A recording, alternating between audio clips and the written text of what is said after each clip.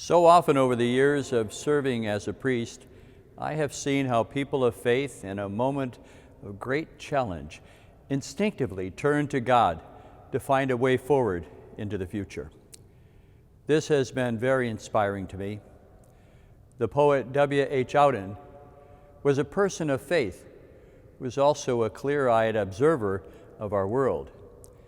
And as the world struggled with the rise of totalitarianism in 1939, he wrote these words: "In the deserts of the heart, let the healing fountain start. In the prison of his days, teach the free man how to praise."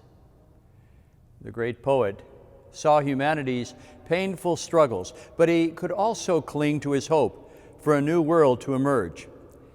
In our own time and in our own way, we share his experience and share his hope. We have grappled with the pandemic, social unrest, economic uncertainty, political polarization, and street violence. Our experience mirrors a wounded world deeply in need of renewal.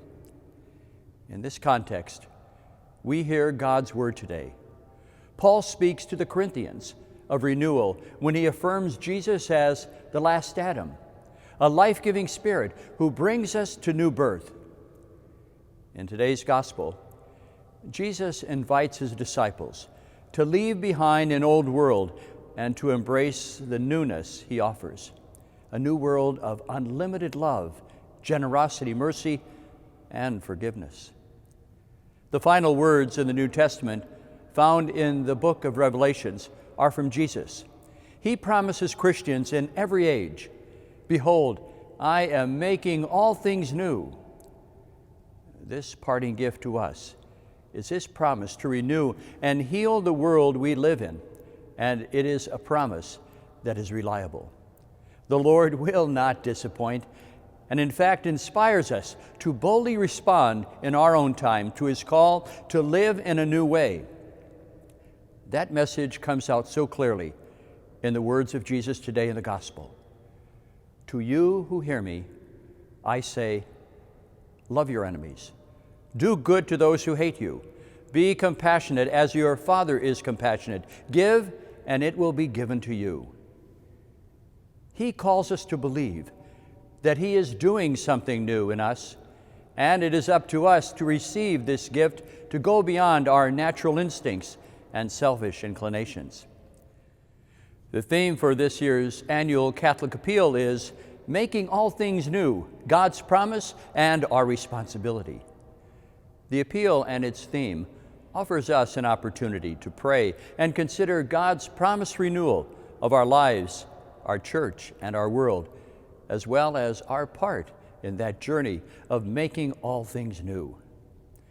This is especially a moment for each one of us to be attentive to how God is doing something new in us, calling us to be partners with Jesus in bringing about a better world by working together with him to make that promise real. That call to a new way of living personally might come by taking more seriously our responsibility to pray earnestly together, as we do when we gather every Sunday around the Lord's table. It might also mean living our daily lives more deliberately by bringing love, forgiveness, mercy, compassion, healing, and hope to our families, in our workplaces, in our communities, in our nation, and in our world. And that call also comes to us as a community, for together we can do so much. This is the purpose of our participation in the annual Catholic Appeal. It is our communal response to the call of Jesus to partner with him as he makes all things new in our time.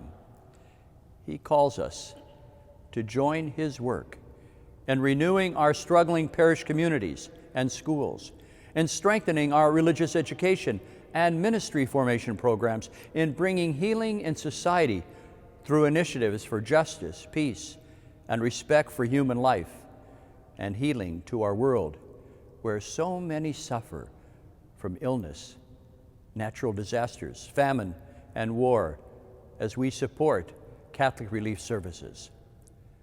All of these efforts benefit from the annual Catholic Appeal, making all things new, God's promise and our responsibility.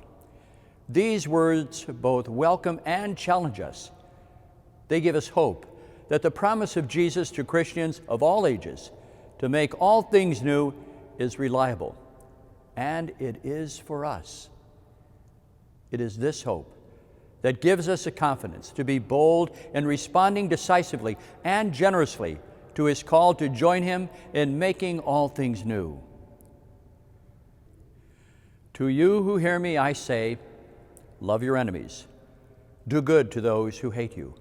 Be compassionate as your Father is compassionate. Give, and it will be given to you. Jesus is doing new things in us who hear him speak to us today.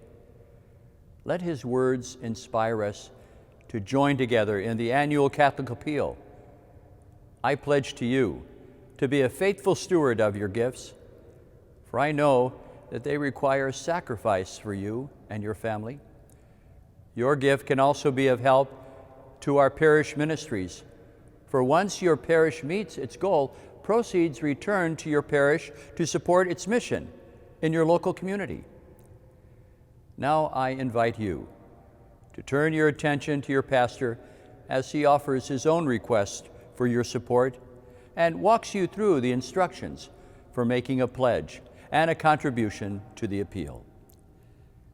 May God bless you and all your loved ones and keep you safe in his providential care. Many thanks.